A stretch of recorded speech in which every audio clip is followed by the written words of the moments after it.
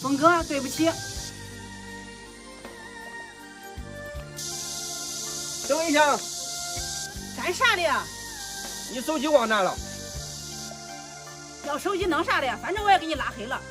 这个世界上除了我之外，总还有其他人担心你的人身安全吧？都是成年人了，别光让人担心。管的还怪宽的。我刚才给你转了3000块钱，你在外面该吃吃，该喝喝，别总不舍得花钱，花完了再找我要。峰哥，你啥意思呀？我能有啥意思？既然你离家出走，没钱你吃啥喝啥，就算你回娘家，也不能空着手回去吧？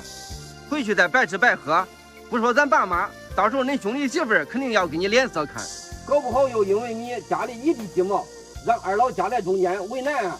咱们做儿女的，不说报父母恩了，可别再给父母添麻烦了。哎，峰哥，我中了，别说了，钱虽然不多，但也够你花一阵子了。你就在娘家踏踏实实待着吧，不用担心我。你是啥意思？你是希望我待到俺娘家永远不回来了？我能有啥办法？你每次吵架就离家出走，我还不如让你在外面安心住个够，省得来回跑，多累呀！你是不想跟我过下去了吧？要走的是你，不是我呀。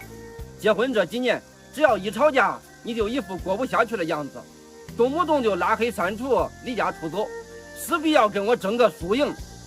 我是男人，我可以让你赢，但不代表我接受你让我输啊。我这不是闹闹脾气吓唬吓唬你，你哄哄我不就中了？3天2头的哄，我也累啊，我也有脾气。为啥你就那么潇洒的说走就走，而我却做不到？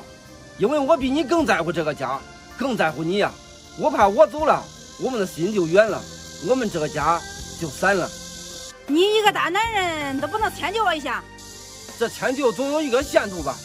夫妻过日子有吵有闹，但不管咋样，日子还得过吧。有时候明明一句道歉就可以解决的问题，你却非要离家出走。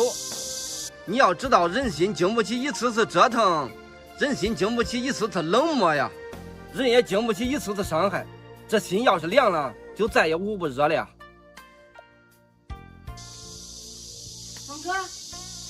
峰哥，对不起。